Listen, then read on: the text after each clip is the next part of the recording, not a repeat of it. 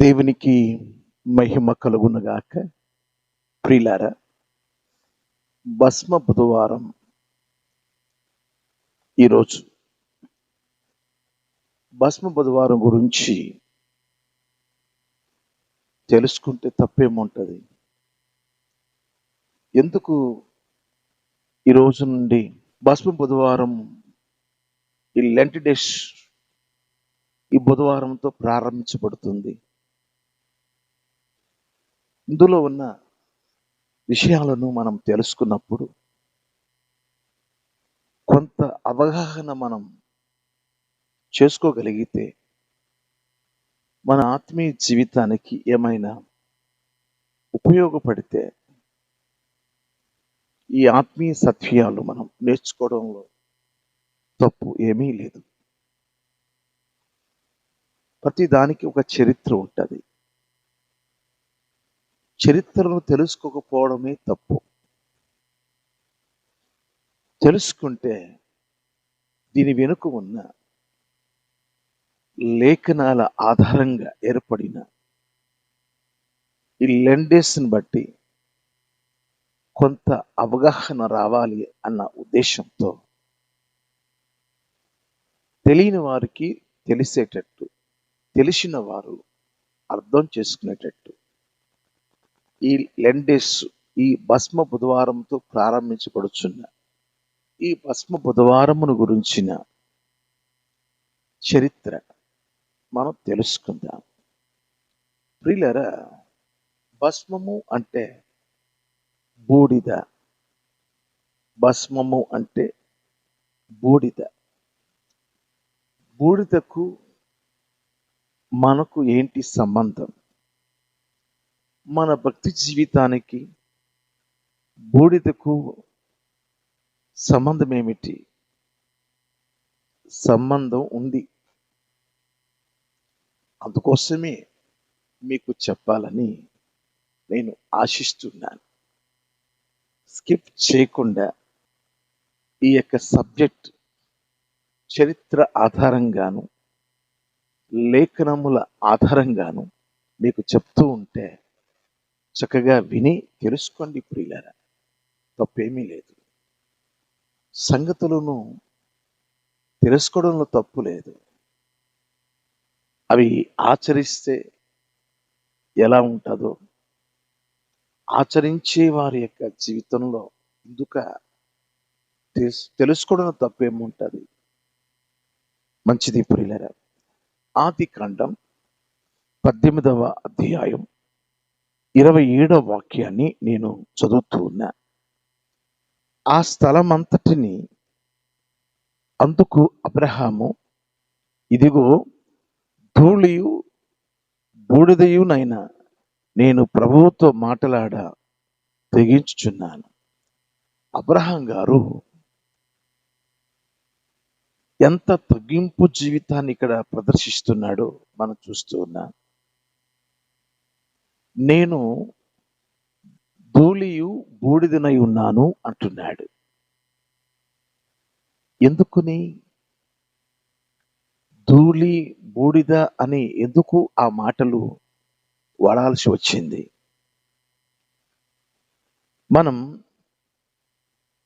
దేవాతి దేవుడు ఆదాము గారిని ఏమన్నాడంటే, నువ్వు మంటి నుండి తీయబడ్డావు కనుక నువ్వు మన్నైపోతావు, మంటికి చేరుకుంటావు అన్నాడు.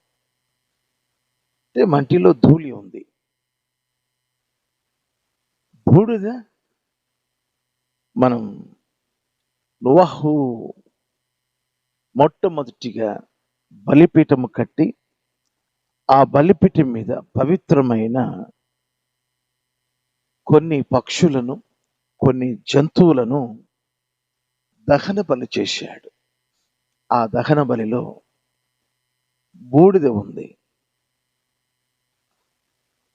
మంటిలో ధూళి ఉంది. తర్వాత దహన బలిలో బూడిద ఉంది. ఇదన్నిటినీ మేళవించి నేను ధూళి వంటి వాడను అన్నాడు.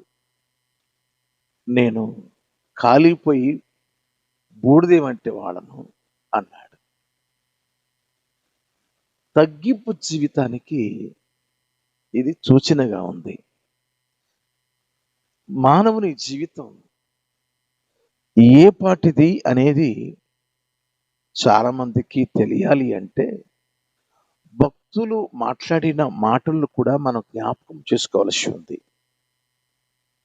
బూడిదన్న మాట వాడడం జరిగింది. ఎందుకు అక్కడ బూడిద చేయబడింది అంటే మనుషులు చేసిన పాపాలకు మనుషులు చేసిన పాపాలకు పాప పరిహారార్థ బలిపీఠము కట్టి దేవుని సన్నిధిలో పాపములు పోవునంతగా అక్కడ నోవాహు బలిపీఠము కట్టి పవిత్రమైన పక్షులను పవిత్రమైన జంతువులను దహన బలి చేశాడు. పాప పరిహారార్థ బలి చేశాడు. ఈరోజు ఈ మాటలు వింటున్న నా ప్రియమైన దేవుని పిల్లలారా, మన జీవితంలో నేర్చుకోవలసింది ఏమిటి అంటే పాపములు బూడిదవ్వాలి, పాపాలు బూడిదిగా మారాలి. ఈరోజు మనం కూడా జీవించేది నేను కాదు, జీవించేది నా దేవుడే. మనం కనపడకూడదు, మన జీవితంలో మనం కనపడకూడదు. మన జీవితంలో ప్రభువు కనబడాలి, మన జీవితంలో ప్రభువు కనబడాలి. మనం బూడిదగా మారిపోవాలి. అంత తగ్గింపు జీవితాన్ని మనం చూపించగలగాలి. ప్రియ దేవుని పిల్లలారా, బూడిద పశ్చాత్తాపానికి, ఆ తర్వాత తగ్గింపు జీవితానికి, వినయానికి, మరి లోబడుటకు, దేవునిందు భయభక్తులు కలిగి జీవించడానికి ఈ యొక్క బూడిద మనకు ఒక ఆత్మీయ పాఠం తెలియజేయబడుతుంది. తర్వాత మరో మాట నేను చదువుతున్నాను. ఎస్తేరు గ్రంథం 4వ అధ్యాయం మొదటి 2 వాక్యాలు చదువుతున్నాను. జరిగినదంతయు తెలియగానే మొర్దుకై తన బట్టలు చింపుకొని గోనె పట్టలు వేసుకొని బూడిద పోసుకొని పట్టణం మధ్యకు బయలు వెళ్ళి మహాశోకముతో రోదనము చేసి రాజు గుమ్మము ఎదుటికి వచ్చాను. గోనె కట్టుకున్నవాడు రాజు గుమ్మమును ప్రవేశింపకూడదన్న ఆజ్ఞ కలదు.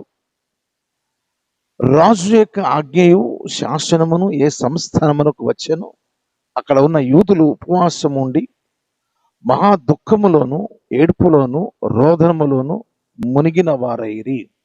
అనేకులు గోనెను బూడిదను వేసుకొని పడి ఉండిరి. ఈరోజు ప్రియ దేవుని పిల్లలరా, యూదులు మరణించాలని ఒక శాసనం, మరణ శాసనము రాయబడి ఉంది. ఈ మరణ శాసనము వెల్లడి అగుట తోడగానే యూదులంతా కూడా బూడిద పోసుకొని గోని పట్ట కట్టుకొని ఉపవాస ప్రార్థనలు వారు చేస్తున్నారు. ఈరోజు నేను ఈ బూడిద గురించిన సత్యం ఇక్కడ పశ్చాత్తాపానికి గుర్తుగా ఉంది. ప్రియులారా, పశ్చాత్తాపడుతున్నారు. యూదులను సమూల నాశనం అవ్వాలని మరణ శాసనం రద్దవ్వాలి, యూదులకు విమోచన దినము రావాలి, యూదులకు విడుదల కలగాలి అన్న ఉద్దేశంతో ఇక్కడ మొర్దుకై మొదలుకొని యూదులందరూ కూడాను ఇక్కడ ఉపవాసం ఉండి మహా దుఃఖములోను ఏడుపును రోదనములోను మునిగిన వారైరి.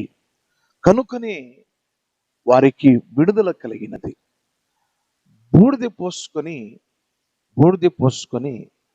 గోని పట్ట కట్టుకొని వారు మనో దుఃఖంతో మహా వేదనతో వారు దుఃఖపడుచున్నారు. ఈరోజు నా ప్రియ దేవుని పిల్లలారా, భస్మ బుధవారం, దానిని గురించి ఇంకా చివరిలో మీకు లోతుగా మీకు తెలియచేస్తాను. బూడిదని గురించిన కొన్ని విషయాలు. బూడిద దేనికి సాదృశ్యంగా ఇక్కడ ఉంది అంటే పశ్చాత్తాపానికి సాదృశ్యంగా కనబడుచుంది. మరొక మాట కూడా యోబు గ్రంథం 42వ అధ్యాయంలో మీకు నేను ఈ మాటను చదివి వినిపిస్తున్నాను. చూడండి, 6వ వాక్యం. కావున నన్ను నేను అసహించుకొని ధూళిలోను బూడిదలోను పడి పశ్చాత్తాపపడుచున్నాను. కావున నన్ను నేను అసహించుకొని ధూళిలోను బూడిదలోను పడి పశ్చాత్తాపడుచున్నాను. బూడిద మరి ఇక్కడ దేనికి సూచనగా ఉంది అంటే పశ్చాత్తాపానికి సూచనగా ఉంది. నన్ను నేను అసహించుకొని ఎందుకు ఈ జీవితం అని అసహించుకున్నాను. ధూళిలోను బూడిదలోను పడి పశ్చాత్తాపడుచున్నాను. ప్రియ దేవుని పిల్లలారా, మానవుని జీవితంలో పశ్చాత్తాపం అనేది దేవుని చెంతకు నడిపిస్తుంది. మన లోపాలు కనబడినప్పుడు, మనలో దేవునికి మనకు మధ్య ఏ లోపమైతే మనల్ని దూరం చేస్తుందో అది తెలుసుకున్నప్పుడే పశ్చాత్తాపం కలుగుతుంది. కాబట్టి ధూళిలోను బూడిదలోను పడి నేను పశ్చాత్తాపడుచున్నాను. ఈ పశ్చాత్తాపమే దేవునికి ఇష్టమైనది. ఈరోజు మన జీవితంలో కూడా దేవుడు కోరేది కూడా ఈ పశ్చాత్తాపం. ప్రియ దేవుని పిల్లలారా, దానియేలు గ్రంథంలో 9వ అధ్యాయం 3వ వాక్యాన్ని నేను చదువుతూ ఉన్నాను. అంతటా నేను గోనెపట్ట కట్టుకొని ధూళి తలపైన వేసుకొని ఉపవాసం ఉండి ప్రార్థన విజ్ఞాపనలు చేయుటకై ప్రభువుకు దేవుని ఎదుట నా మనస్సును నిబ్బరం చేసుకుంటుని. ఇక్కడ గోనెపట్ట కట్టుకొని ధూళి తలపైన వేసుకొని ఉపవాసం ఉండి ప్రార్థన విజ్ఞాపనములు చేయుటకు నేను నా మనస్సును దేవుని సన్నిధిలో నిలుపుకున్నాను. ఎందుకనంటే దేవుని ప్రజలైన మరి ఇశ్రాయేలీయులు మరి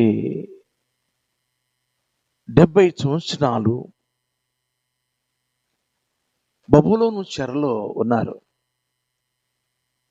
వారి కష్ట నష్టాలు చూసినప్పుడు కలత చెంది కలవరం చెంది వారికి విడుదల కలగడానికి మహారోదనతో వేదనతో గోనెపట్టు కట్టుకొని ధూళి తన నెత్తిని పోసుకొని ఉపవాసం ఉండి ప్రార్థనలు చేటుకు మనస్సు పెట్టాడు.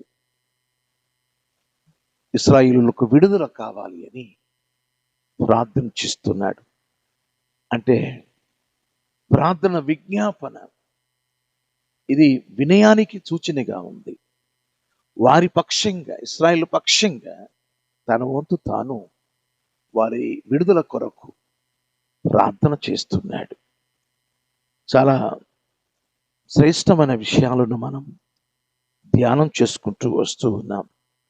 మరొక విషయం, యోనా గ్రంథంలోంచి 3వ అధ్యాయం 6వ వాక్యం.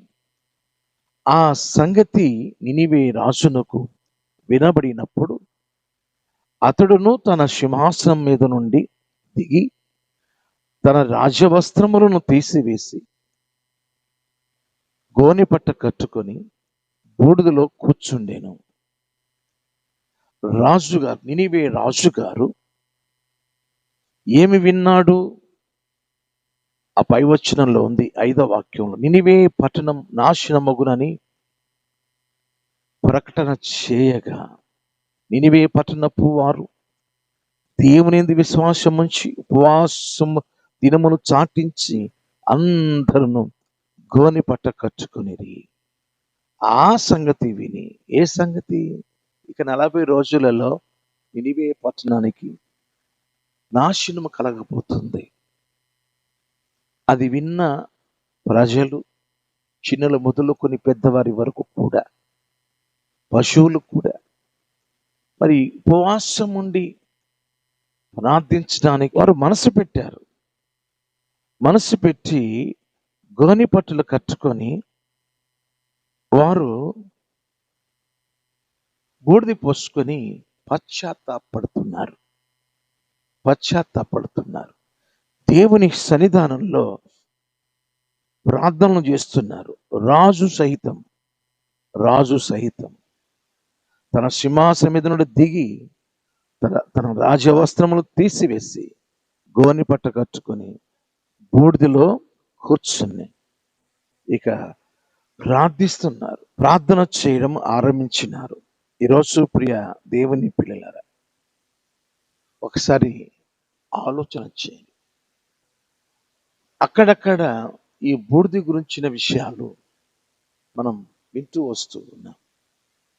బూడిదిగా మారాలి మన అవిధేయత, మనలో ఉన్న అక్రమం, మనలో ఉన్న చెడు, మనలో ఉన్న దుర్నీతి, ఇవన్నీ బూడిద పాలవ్వాలి.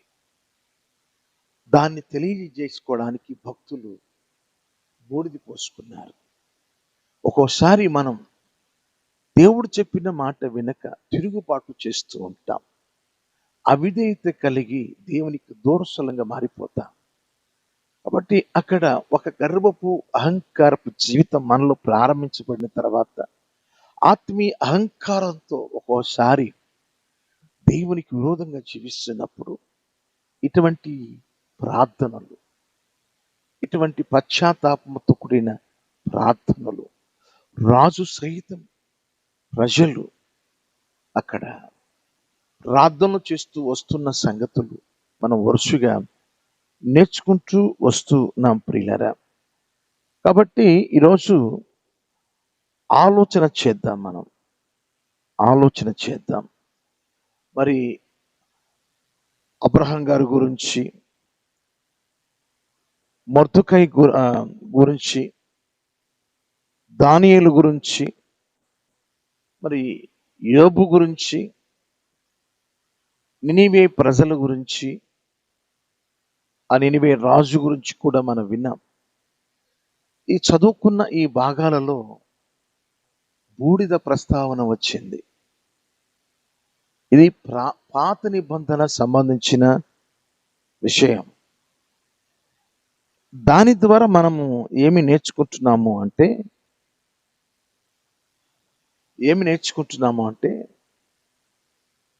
పశ్చాత్తాపం మానవునికి అవసరము, దేవుని సన్నిధిలో తగ్గింపు జీవితం అవసరము, వినయము అవసరము. ఇంకా మత్తయి సువార్త 11వ అధ్యాయం 21వ వాక్యం నేను చదువుతున్నాను. అయ్యో కొరాజీన, అయ్యో బెత్సైదా, మీ మధ్యను చేయబడిన అద్భుతములు తూరు సీదోను పట్టణములలో చేయబడిన ఎడల ఆ పట్టణముల వారు పూర్వమే గోనెపట్ట కట్టుకొని బూడిద వేసుకొని మారు మనస్సు పొందియుంతురు.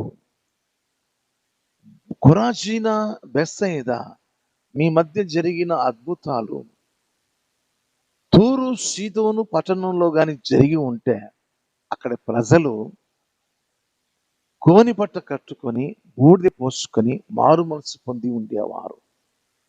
యేసు ప్రభుల వారు కూడా ఇక్కడ బూడిద సంబంధించిన విషయాన్ని మాట్లాడుచున్న ఆ విధానం మనం చూస్తూ ఉన్నాం. అంటే మార్పు చెందడానికి, మారు మనసు పొందడానికి ఈ బూడిద గోనెపట్ట పశ్చాత్తాపం ప్రభుల వారు కూడా జ్ఞాపకం చేశారు. ఈరోజు ఒకసారి మనము ఆలోచన చేసుకుందాం ప్రియులారా, ఆలోచన చేద్దాం. తర్వాత ఎబ్రిలకు రాసిన పత్రిక 9వ అధ్యాయం 13వ వాక్యాన్ని నేను చదివి వినిపిస్తాను. ఒకసారి చూడండి. ఎబ్రిలకు రాసిన పత్రిక 9వ అధ్యాయం 13వ వాక్యాన్ని నేను చదువుతూ ఉన్నా. యాలయనగా మేకల యొక్కయు ఎడ్ల యొక్కయు రక్తమును మైలపడిన వారి మీద ఆవు దూడ బూడిద చల్లుటయు శరీర శుద్ధి కలుగునట్లు వారిని పరిశుద్ధపరచిన ఎడల. ఇక్కడ శుద్ధీకరణ ఆచరణ దానికి ఈ బూడిదను చల్లుకునేవారు, ఈ బూడిదను వాడేవారు. శుద్ధీకరణ చేయడానికి ఈ బూడిదను చల్లుకొని వారు వారి యొక్క హృదయంలో ఉన్న పాపదోషములు తొలగిపోవడానికి, శుద్ధి అవడానికి ఆ బూడిది పోసుకొని పశ్చాత్తాపడి వారి పాపాలు ఒప్పుకునేవారు. శుద్ధీకరణ ఆ రీతిగా ఆ దినాలలో జరిగించుకునేవారు. ఆ ప్రియమైన దేవుని పిల్లలారా, మత్తయి సువార్తలో 6వ అధ్యాయంలో 16వ వచనం నుండి 18వ వచనం వరకు ప్రభుల వారు ఉపవాసమును గురించిన ఒక మాట చెప్పడం జరిగింది. మీ గది తలుపులు వేసుకొని మీ రహస్యమందు చూచు మీ తండ్రికి ఉపవాసం ఉండి రహస్యంగా ప్రార్థించండి అని అక్కడ చెప్పడం జరిగింది. అది ఒక వ్యక్తిగత విషయం. ఒక వ్యక్తి దేవునికి ఆ వ్యక్తికి మధ్య ఎక్కువ ఆత్మీయతలో ఎదగడానికి, వారికి వారు పరిశుద్ధపరచుకోవడానికి గది తలుపులు వేసుకొని ఉపవాసం ఉండి ప్రార్థన చేయమని ప్రభువారు మంచి ఒక ఉదాహరణ తెలియచేశారు. అయితే సంఘములో ఉన్నవారు, సమాజంలో ఉన్నవారు ఎక్కువ మందిగా కూడుకునేవారు. మరి అంతమంది ఎలా పశ్చాత్తాపడాలి, దేవుని సన్నిధిలో ఏ రీతి ఉపవాసం ప్రార్థించాలి అనేది గోని పట్ట కట్టుకొని బూడిద వేసుకొని వారు ప్రార్థన చేసే ఆ ప్రార్థనల్ని ఉపవాస కూడికలు అంటారు. ఆదిమ సంఘం కూడా ఈ విషయాల మీద మనసు పెట్టారు. ఉపవాస దినాలు ప్రకటించుకొని ఉపవాస దినాలు వారు జరిగిస్తూ ఉన్నారు. ఇలాగా ఉపవాస దినాలు ఆదిమ సంఘం కూడా జరిగించడం ప్రారంభించబడింది. ఇలాగూ బహిరంగంగా అనేక మంది వారి యొక్క పాప జీవితంలో ప్రజల ముందు ఒప్పుకొని వారు చేసిన భయంకరమైన పాప కృత్యములు ఒప్పుకొని ఉపవాసం ఉండి ప్రార్థన చేసేవారు. క్రీస్తునందు నా ప్రియమైన దేవుని పిల్లలారా, ఈ యొక్క భస్మ బుధవారం అంటే ఈ 2026వ సంవత్సరం ఫిబ్రవరి మాసం ఈ 18వ తారీఖున భస్మ బుధవారం. పోయిన సంవత్సరం 2025వ సంవత్సరపు భస్మ బుధవారం అక్కడి నుంచి 40 దినాలు వారి ఉపవాసం ఉండగా మట్టల ఆదివారం అంటే ఈస్టర్కు ముందు మట్టల ఆదివారం ఒకటి జరుగుతుంది. ఆ మట్టలను దాచిపెట్టి వాటిని ఏం చేస్తారంటే ఈ భస్మ బుధవారం రోజున కాల్చి బూడిద చేస్తారు. కాల్చి బూడిద చేసి ఈరోజు నుంచి మరి ఈస్టర్ వరకు 46 రోజులు వస్తుంది. 6 అంటే ఆదివారాలు 6 ఆదివారాలు తీసివేస్తే 40 రోజులు ఉపవాస వ్రతము, దీక్ష, ఉపవాసాలు ఈ రోజు నుంచి ప్రారంభిస్తారు.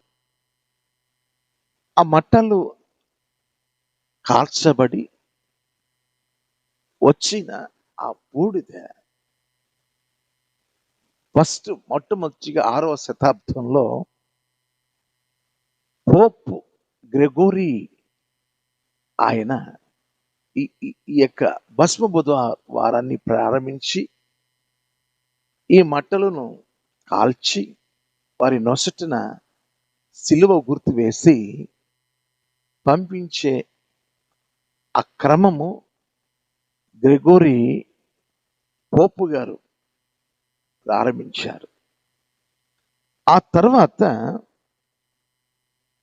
అది 6వ శతాబ్దంలో జరిగిన విషయం. Gregory first. తర్వాత 1091వ సంవత్సరంలో అధికారపూర్వకంగా ఈ కథోలిక్ కౌన్సిల్ ఒకటి ఏర్పాటు చేస్తారు. ఆ కౌన్సిల్లో నిర్ధారణ చేశారు, ఈ భస్మ బుధవారం అక్కడి నుంచి ఈస్టర్ వరకు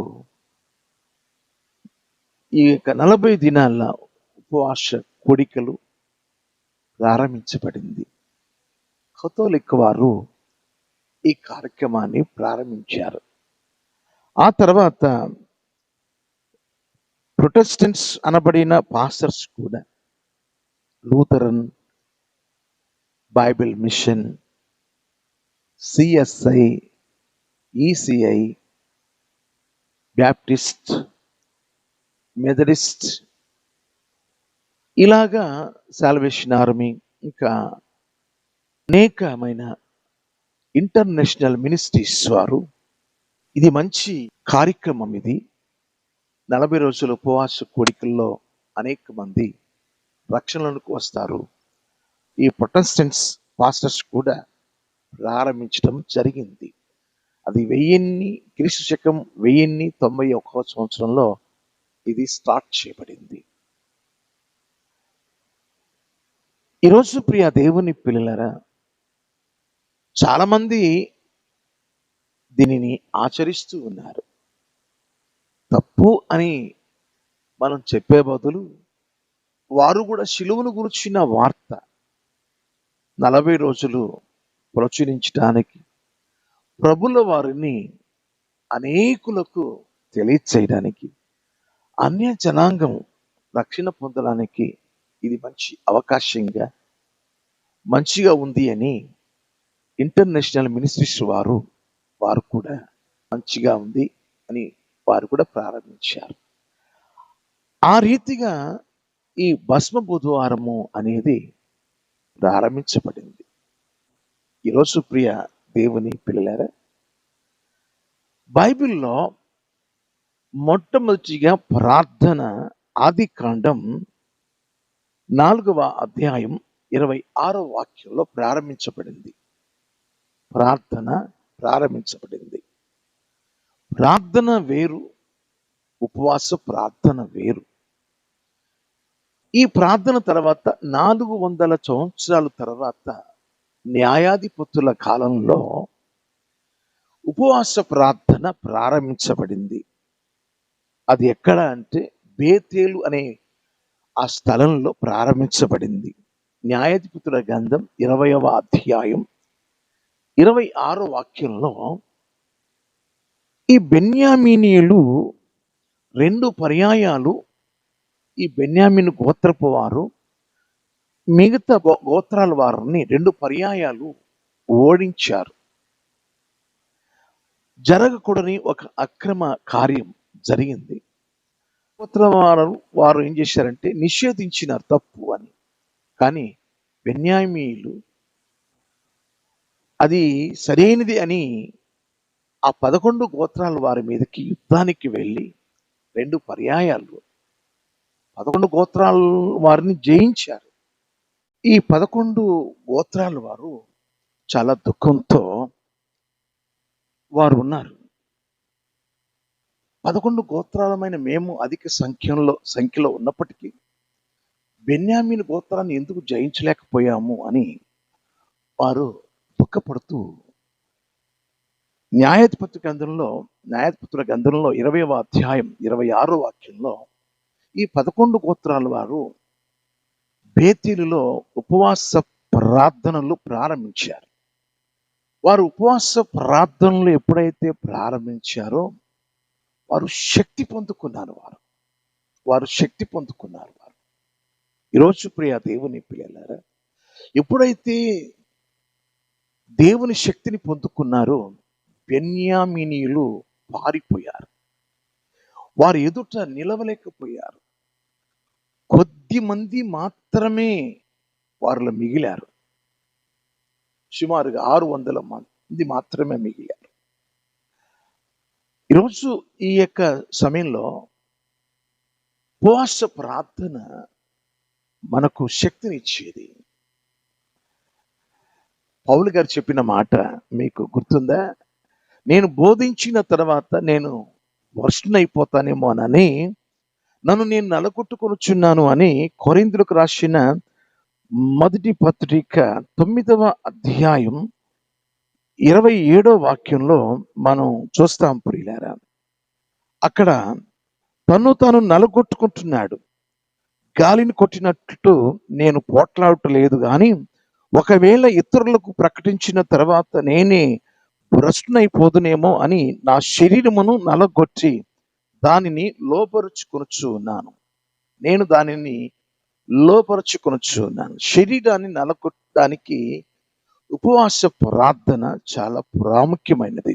ఈరోజు నా ప్రియమైన దేవుని పిల్లలారా, ఎప్పుడైతే ఈ బేతేలులో ఈ 11 గోత్రపు వారు ఉపవాసం ప్రార్థన చేశారో, అంతకుముందు 2 పర్యాయాలు ఓడిపోయి అవమానంతో అపజయంతో ఉన్న వీరు శక్తి పొందుకొని అద్భుతమైన విజయాన్ని బెన్యామీనుల మీద వారు పొందుకున్నారు. అందుకని యేసు ప్రభుల వారు మార్కు సువార్త 9వ అధ్యాయంలో 29వ వాక్యంలో చిన్ననాటి నుండి పట్టుకున్న ఆ దయ్యం ఆ చిన్నవాణిని అగ్నిలో నీళ్ళల్లో పడేస్తున్నప్పుడు శిష్యులు ప్రార్థిస్తే అది పోలేదు అని ఆ శిష్యులు వచ్చి అడిగారు. వెళ్ళగొట్టలేకపోయాం. అట్టిది పోవాలి అంటే, అట్టి దురాత్మ శక్తులు పోవాలి అంటే, దురాత్మ శక్తి మీద విజయం పొందుకోవాలంటే ఇదిగో ప్రార్థన చేయాలి. ఎటువంటి ప్రార్థన చేయాలి? మార్కు సువార్త 9వ అధ్యాయం 29వ వాక్యంలో రాయబడి ఉన్న మాట ఏంటంటే, అందుకు ఆయన ప్రార్థన వలననే గాని మరి దేని వలన అయినను ఈ విధమైనది వదిలిపోట అసాధ్యమని వారితో చెప్పాను. ప్రార్థన వలననే అన్న దగ్గర పుట్నోట్లో 2 అనే ఆ అంకి ఉంటుంది. ఆ కింద ఉపవాసము వలన అని ఉంటుంది. ఉపవాసం ఈ 40 రోజులు మరి పాత నిబంధనలో మోషే గారు ఉన్నారు ఉపవాసం, ఏలియా గారు ఉన్నారు ఉపవాసం. కొత్త నిబంధనలో దేవుడు మానవుడిగా అరుదించిన ప్రభుల వారు ఉన్నారు. వీరు ముగ్గురు మరి 40 దినములు దివారాత్రములు అని ఉంది ఉపవాసముని ప్రార్థించినారు. నేడు క్రైస్తవ సంఘం కూడా మరి ఎవరెవరైతే ఈ 40 దినాల ఉపవాస ప్రార్థన జరిగిస్తున్నారు మరి వారంతా శక్తి పొందుకుందురుగాక. ఎందుకంటే బైబిల్ చెప్తుంది కదా, కొరింథీయులకు రాసిన మొదటి పత్రిక 1వ అధ్యాయం 18వ వాక్యంలో సిలువను గురించిన వార్త నశించున్న వారికి వెర్రితనం, కానీ రక్షింపబడుచున్న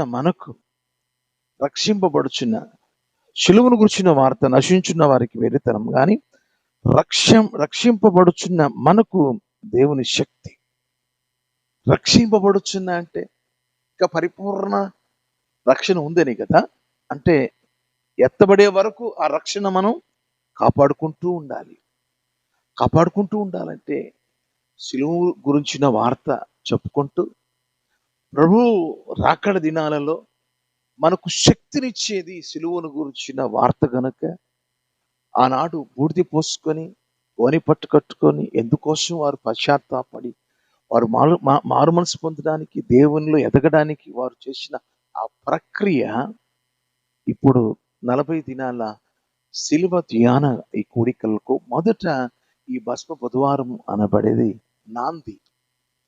కాబట్టి అనేక సంస్థల వారు, క్రైస్తవ సంస్థల వారు చేయట చాలా మంచిది.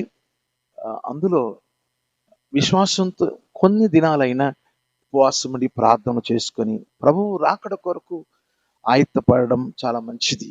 ప్రభువు వారు రాకడ గురించి ఒక మాట చెప్పడం జరిగింది. లూకా సువార్త 21వ అధ్యాయం ఒక మాట మీకు నేను చూపిస్తాను.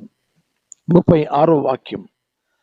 కాబట్టి మీరు జరగబో వీటి నెలను తప్పించుకుని మనుష్య కుమారుని ఎదుట నిలవబోటకు శక్తి గలవారు మగునట్లు ఎల్లప్పుడూ ప్రార్థన చేయొచ్చు, మెలకువగా ఉండుడి అని చెప్పాను. జరగబోయే వీటి నెలను ఒక ఉరి వచ్చినట్టు వస్తుందట. మరి అటువంటి భయంకరమైనవి రాబోతుంది ఈ భూమి మీదకి. అకస్మాత్తుగా ఉరి వచ్చినట్టు మన మీదికి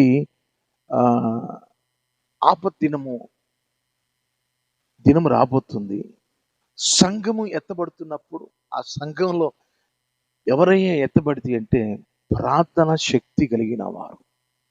మరి ప్రార్థన శక్తి ఇందులో కూడా మనం కూడా ప్రార్థన చేసుకుంటే ప్రార్థన శక్తి పొందుకోగలుగుతాం. కాబట్టి ఈ మంచి సమయాన్ని మీతో పంచుకోవడానికి ప్రభు కృప చూపినారు. ఎవరైనా ఇంకా ఆధ్యాత్మికమైన విషయములు మీరు తెలుసుకోవాలి అంటే ఫోన్ చేసి నాతో మీరు మాట్లాడవచ్చు. ఇంకా ఇటువంటి విషయాలు మీరు వినాలి అంటే మొదటిగా మీకు నోటిఫికేషన్ రావాలి అంటే ఈ ఛానల్కు మీరు సబ్స్క్రైబ్ చేయవలసి ఉంది. వెంటనే మీరు సబ్స్క్రైబ్ చేయకపోతే సబ్స్క్రైబ్ చేయండి, లైక్ చేయండి. ఈ వర్తమానాలు అనేకులు వినడానికి షేర్ చేయండి. మీరు కూడా ఆ సేవలో సహకారులుగా ఉంటారు. ఈ దీన సేవకుని కొరకు కూడా మీరు ప్రార్థన చేయండి. ఇంకా ఎన్నో చోట్లకు ఈ వర్తమానాలు వెళ్ళాలి. అనేక ప్రాంతాలకు సిలువను గురించిన సువార్తను ప్రకటించడమే కాకుండా పునరుత్థానుడైన ప్రభుల వారిని ప్రకటించడమే కాకుండా ఆయన రానై ఉన్నాడు, ఆ ఆగమన సువార్త కూడా మనం ప్రకటించవలసి ఉంది. మరి ప్రభు రాబోచున్న ఈ దినాలలో శిల్వ శక్తి చేత పొందుకొని పునరుత్థానపు బలము కలిగిన వారమై మనము కూడా అనేకులకు సత్య సువార్తను ప్రకటిద్దాం. ఇది మంచి అనుకూలమైన సమయం. అందుని బట్టి నేను చాలా సంతోషంగా మరి ఈ మాటలు చెప్పడానికి ప్రభు కృప చూపినారు. దేవుడు మెండారుగా మిమ్మల్ని దీవించును గాక. May God bless you. మీకు నా వందనాలు. Thank you.